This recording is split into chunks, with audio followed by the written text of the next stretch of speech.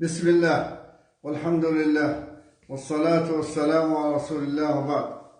فهذه الحلقة 19 في موضوع الحسيب، وهي استكمالا للماضية التي هي بعنوان الحسيب بمعنى المحاسب أو المحصي.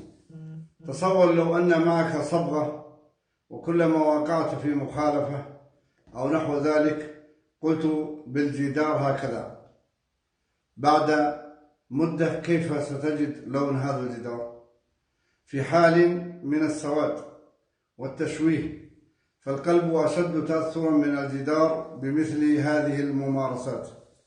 فالإنسان بحاجة إلى أن يراجع نفسه دائما وأن يحاسبها، ومن ثم يستريح الناس من ظلمه وشره وعدوانه.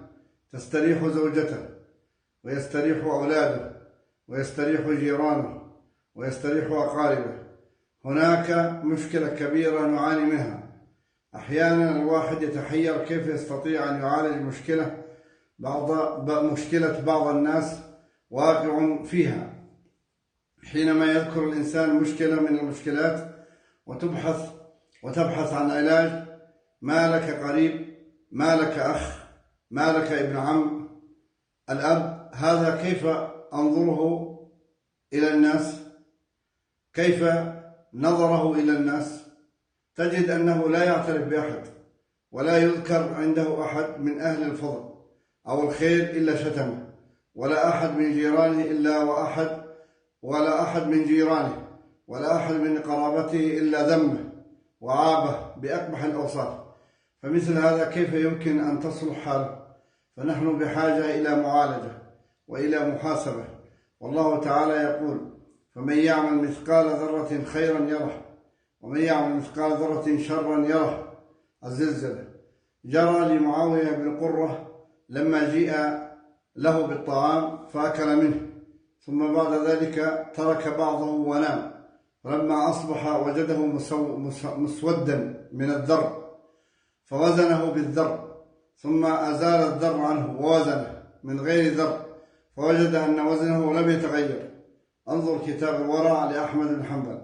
والله تعالى يقول: فمن يعمل مثقال ذرة خيرا يره. الزلزلة يعني الوزن، الحساب بمثاقيل الذر.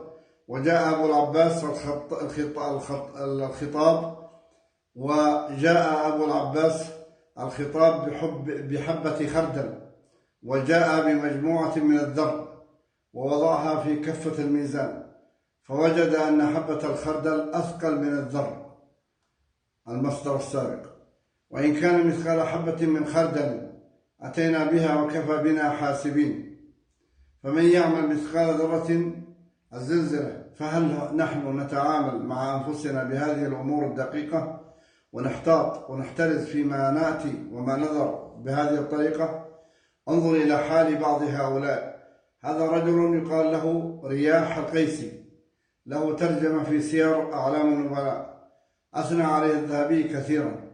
هذا الرجل كان يمر بجوار رجل آخر يقال له معاذ بن عون الضرير، ويقول: يمر بعد المغرب قريبا من المقبرة، يقول: إذا خلت الطريق مر، فكنت أسمعه ولا يشعر بي، وهو ينشج بالبكاء ويقول: إذا كم يا ليل وكم يا نهار تحطان من أجري وأنا غافل عما يراد بي، إنا لله وإنا إليه راجعون. فهو كذلك يردد هذا الكلام حتى يغيب عندي.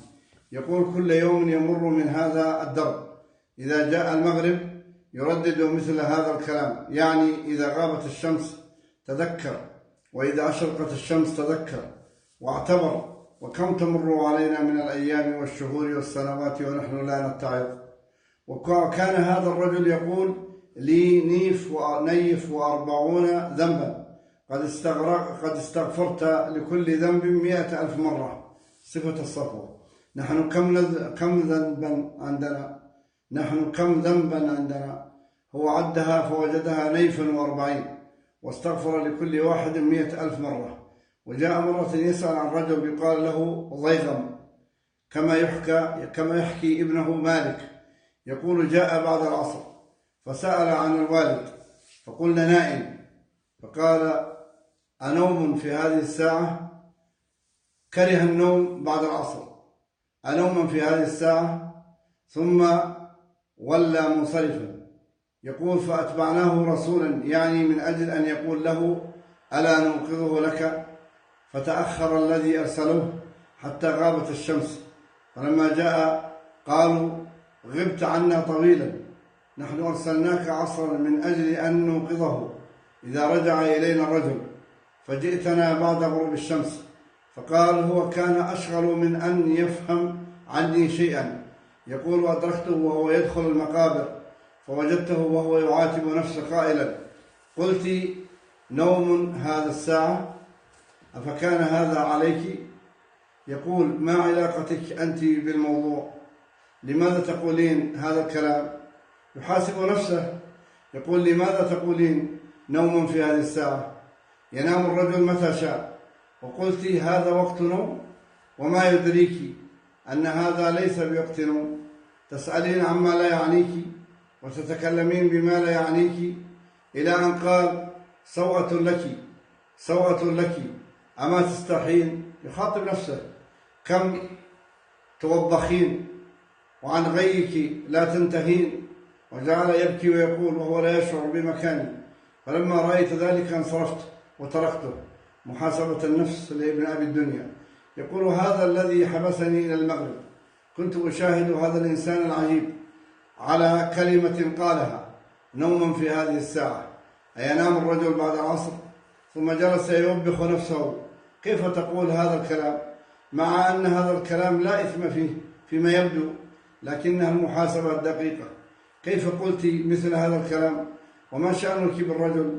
ينام الرجل متى شاء، أما نحن فماذا نقول؟ وإذا قلنا كيف نتصرف؟